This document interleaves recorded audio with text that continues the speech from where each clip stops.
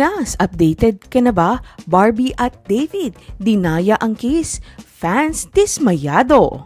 Hindi matanggap ng ibang Barda fans ang ending ng naging sino ka man na oo nga at nag-kiss ang mga karakter ni na Barbie Fortesa at David Licauco pero fake naman. Kita kasi sa eksena na tinakpan ni David ng kanyang thumb ang lips ni Barbie, saka humalik at ang hinalikan ay ang kanyang thumb.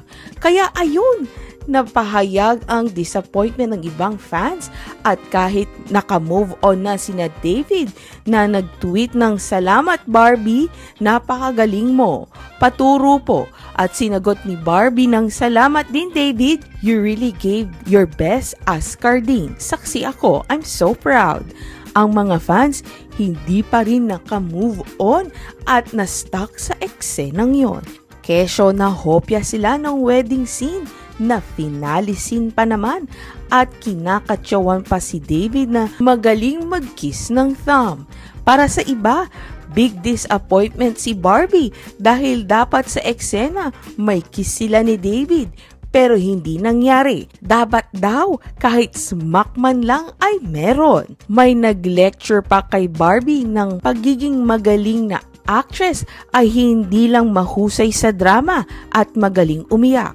Dapat gawin din kung ano ang eksena at nasa script at hindi naman masisira ang imahe niya dahil doon.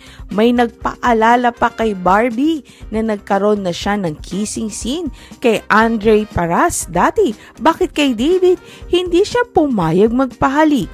Inisip na lang ng mga fans na ang boyfriend niyang si Jack Roberto ang rason kung bakit hindi nagpahalik si Barbie kay David.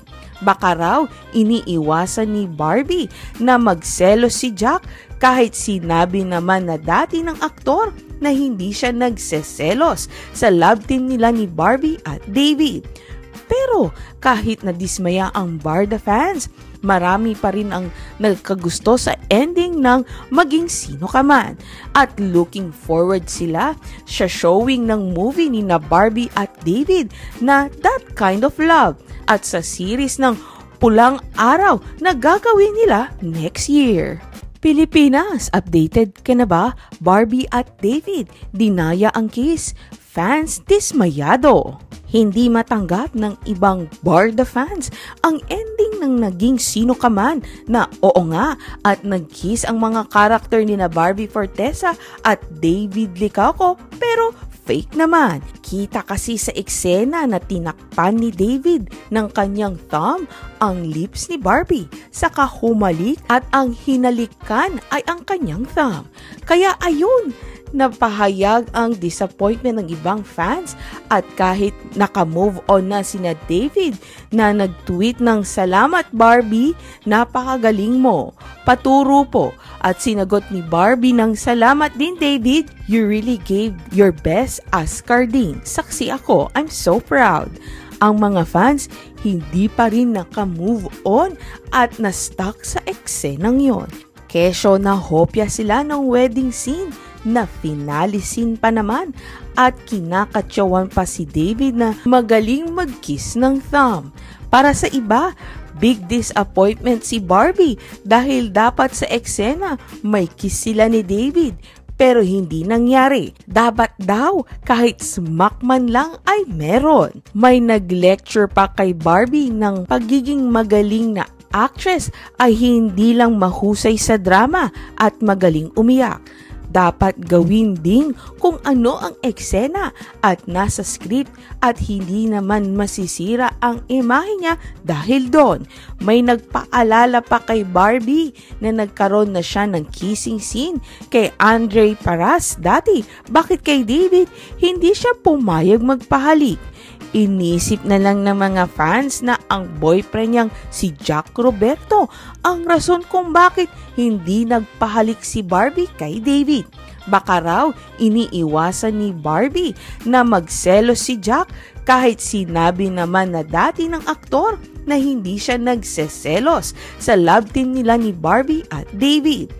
Pero kahit nadismaya ang Barda fans, marami pa rin ang nagkagusto sa ending ng Maging Sino Ka Man. At looking forward sila sa showing ng movie ni na Barbie at David na That Kind of Love at sa series ng Pulang Araw na gagawin nila next year.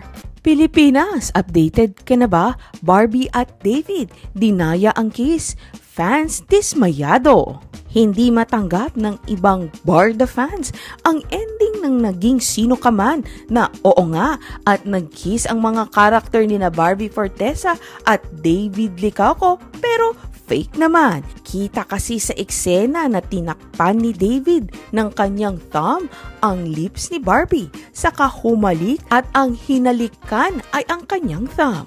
Kaya ayun, napahayag ang disappointment ng ibang fans at kahit naka-move on na sina David na nag-tweet ng "Salamat Barbie, napakagaling mo, paturo po", at sinagot ni Barbie ng "Salamat din David, you really gave your best as Carding. Saksi ako, I'm so proud". Ang mga fans hindi pa rin naka-move on at na-stuck sa eksenang yon.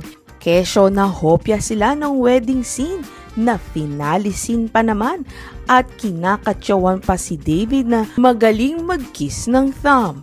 Para sa iba, big disappointment si Barbie dahil dapat sa eksena may kiss sila ni David pero hindi nangyari. Dapat daw kahit smack man lang ay meron. May nag-lecture pa kay Barbie ng pagiging magaling na actress ay hindi lang mahusay sa drama at magaling umiyak.